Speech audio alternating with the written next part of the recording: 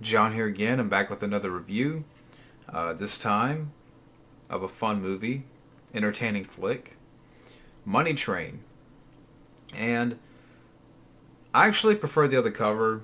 I don't mind this cover, but the other cover I think is a little bit better because you have Wesley Snipes and Woody Harrelson on the front, and you get the train behind them. It's on the disc, but it's not on this cover. Again, I don't mind it, but I think the other one's better. But aside from that, Money Train, entertaining flick. The plot, you have Wesley Snipes and Woody Harrelson. They're foster brothers, best friends, and now they're transit cops, working the subway. Wesley Snipes, his character, John, his life is more together, where Woody Harrelson's character, Charlie, his life sort of in the dumps. He has gambling debts. He owes money to these group of guys, these sharks. You have Jennifer Lopez in the film, who also plays a cop, that they both fall for. You also have Robert Blake in the film, which, of course, we all know what happened with that. But he's pretty much the transit commander. Who oversees, the trains and whatnot. And again, long story short, Woody Harrelson's character, he owes money. So, when there's this one scene where Wesley Snipes gives him money to pay off these guys, and he loses the money, so he has this idea of robbing the money train, which the money train are these trains that transports money that they make from the booths. So, but also you have this thing where you have this arsonist, played by Chris Cooper. He's in the film, and that's more in the first half of the film, which they, Chris Cooper, he was good in the film, and his comeuppance comes up halfway, and by the end, Woody Harrelson's character, he's robbing, the money train. But Wesley Snipes, he's looking after his brother, so he wants to help him out. And pretty much by the end, they were able to get out, punch out Robert Blake, which he deserves. You're not going to punch him because I'm going to hit him. You're not going to hit him because I'm going to hit him. Yeah, this, fond rapport between Snipes and, Harrelson. I wish these two made one more film together.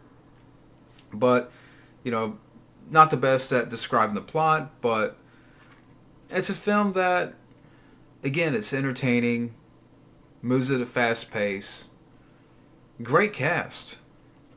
You got Wesley Snipes and Woody Harrelson, which they have great chemistry, and you saw this before in White Man Can't Jump. And I actually prefer this more. If I had to pick between the two, I like this a little bit more because I like the mix of the action and the comedy and the banter between these two. It just really makes for a fun movie. Jennifer Lopez, I want to say this was her first film. I could be wrong.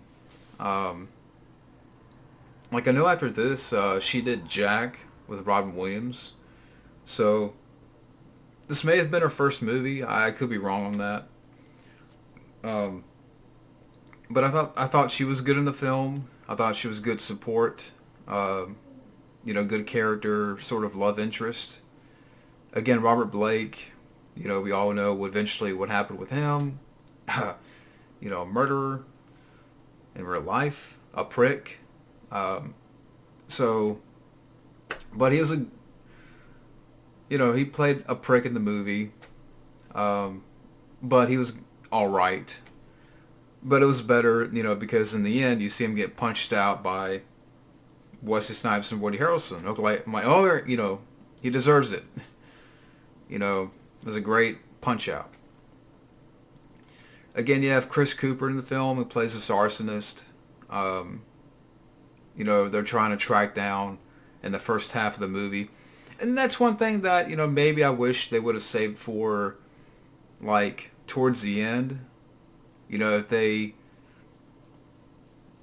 maybe they could have put maybe sort of the focus on him, like, and then in the end you can take out Chris Cooper's character.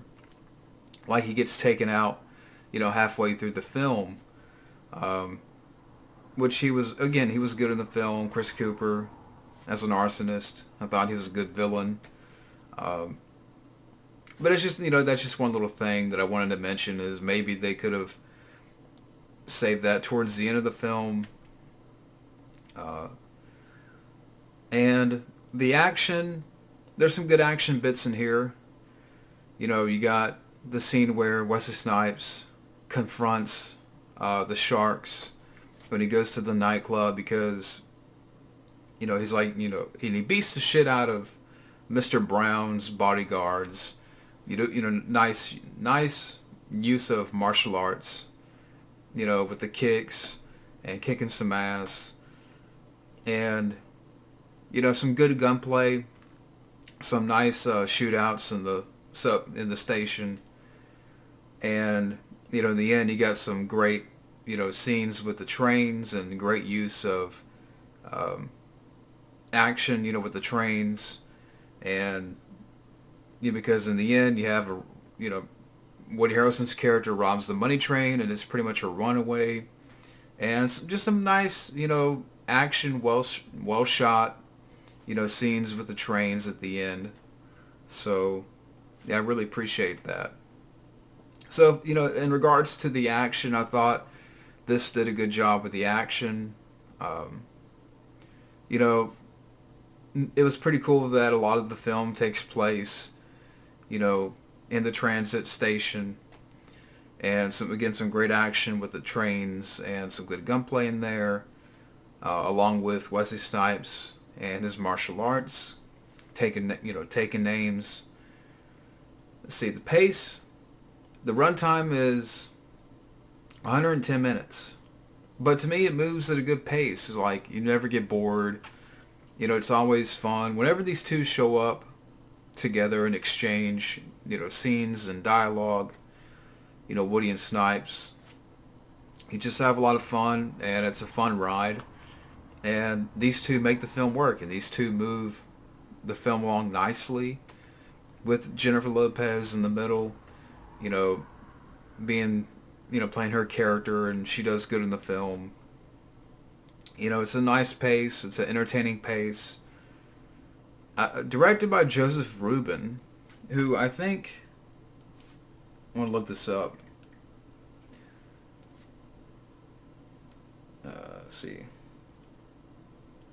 Because I had it up on my phone here. See, Joseph Ruben. Now this guy, he also directed other films like The Stepfather, The Good Son, Dreamscape with Dennis Quaid, which I have. Haven't seen the film. Sleeping with the Enemy. And, he hasn't, since Money Train, he's directed maybe 2 or 3 films since, like Return to Paradise, which I've never heard of, The Forgotten, Blindsided, a film with Michael Keaton. The last film he directed was back in 2017 called The Ottoman Lieutenant. And he has 2 upcoming projects. So he's still working. But he also directed True Believer, which I haven't seen, which stars James Woods and Robert Downey Jr. Haven't seen that one. And way back in the day, he directed some stuff in the 70s called The Sister-in-Law, The Pom Pom Girls, Joyride, which I haven't seen. But I thought Joseph Ruben, keep looking that way. But I thought he did a good job directing with this. I like The Good Son. Again, I haven't seen Dreamscape, but I do have the film. Sleeping with the Enemy, I have, but I haven't seen it. The Stepfather, I've always been curious about the film. I haven't seen that one. But I thought he did a good job with this film. I thought he did a good job handling the characters, the action scenes, the dialogue, and, again, you never get bored. There's never a dull moment or a moment where you get bored because, again, mostly because of these two actors. They just have great banter. Writers, you have two guys who wrote the screenplay. You got Doug Richardson. Let's see. And this guy, he also wrote the screenplay for, well, later on, Hostage. A good Bruce Willis film.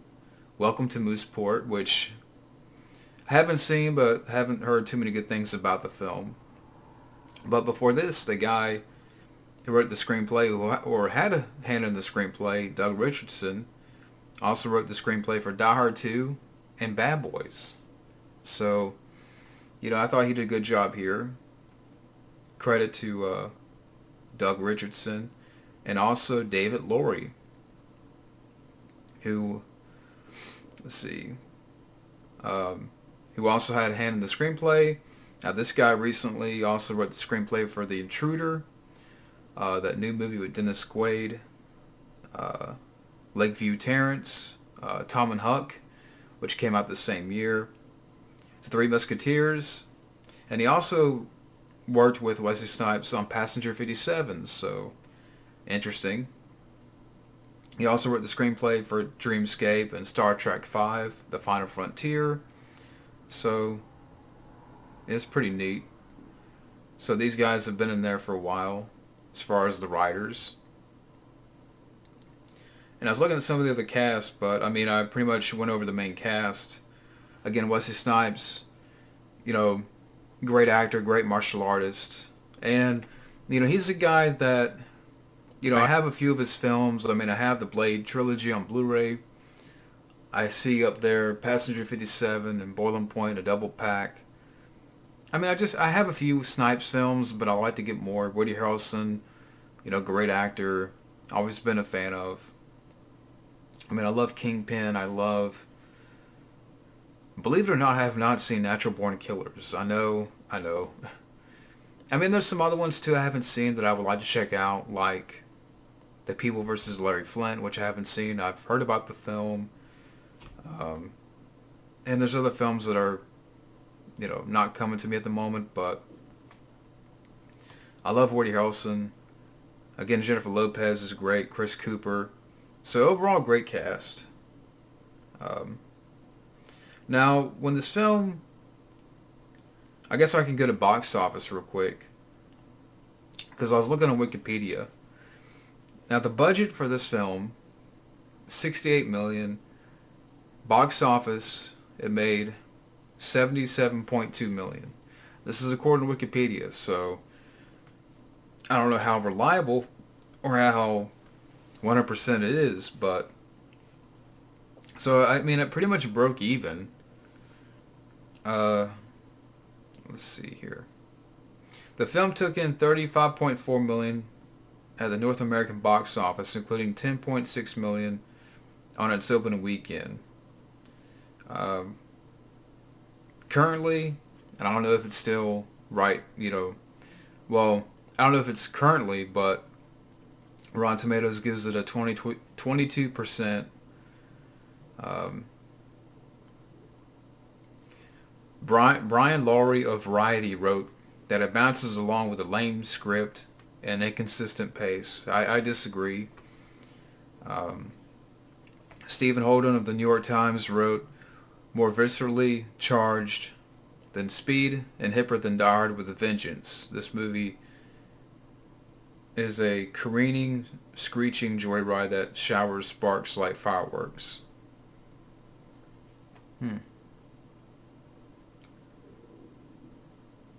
Yeah, I was just sort of looking at reviews. In addition to its poor reviews, the film was vilified for its portrayal of a man robbing a ticket booth by running a rubber tube around the bulletproof partition and dousing the attendant with an unknown flammable liquid, then threatening to set them on fire. This crime was repeated in real life after the film's release. Although police did not think the similar crime was related to the film, nevertheless, many people, including Bob Dole, called for a boycott of the film. Well, Bob Dole, you can kiss my ass. No, I'm playing. No, I bet you Bob Dole even watched the movie. And just, oh, let's just boycott Money Train. He didn't even watch the movie, Bob Dole. I bet you $5 he didn't watch the movie. And I guess, kind of going through trivia here. And I know I keep looking. Let's see. I already mentioned about that. Yeah, Columbia Pictures refused to bow to the demands of Bob Dole, which again, I bet he never saw the film. Originally, the movie was developed by director Tony Scott and screenwriter Doug Richardson. After some time, Scott left the project and was replaced by Joseph Ruben, who fired Richardson, who had the script rewritten. I wonder what Tony Scott would have done with this movie. Like, what would have Tony Scott done with Money Train? Would have been interesting around that time. I think around this time he may have been working on Crimson Tide, so...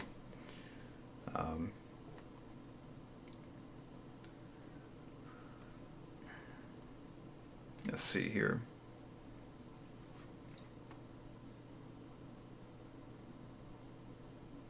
Cameron Diaz and Catherine Zeta-Jones both auditioned for the role of Grace, which is interesting.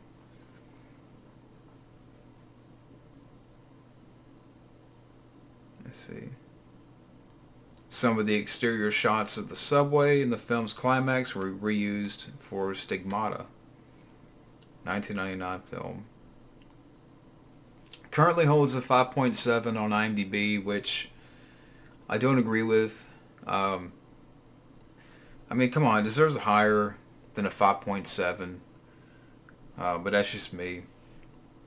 And I thought I heard somewhere, and I could be wrong, so maybe someone out there can correct me, but I swear I heard that at one point Snipes and Harrelson are not fans of the film. If I'm wrong, I'm wrong, but I may have heard that one time before. If that's the case, I don't agree with that. To me, this is a fun, entertaining flick. Because of these two. Again, I keep going back to these two and their chemistry, and I would love to see them do one more film together, like, a comedy, an action comedy, a buddy cop movie. Do a buddy cop movie with Woody and Snipes and have, I don't know who you could have as the villain. Maybe, I don't know.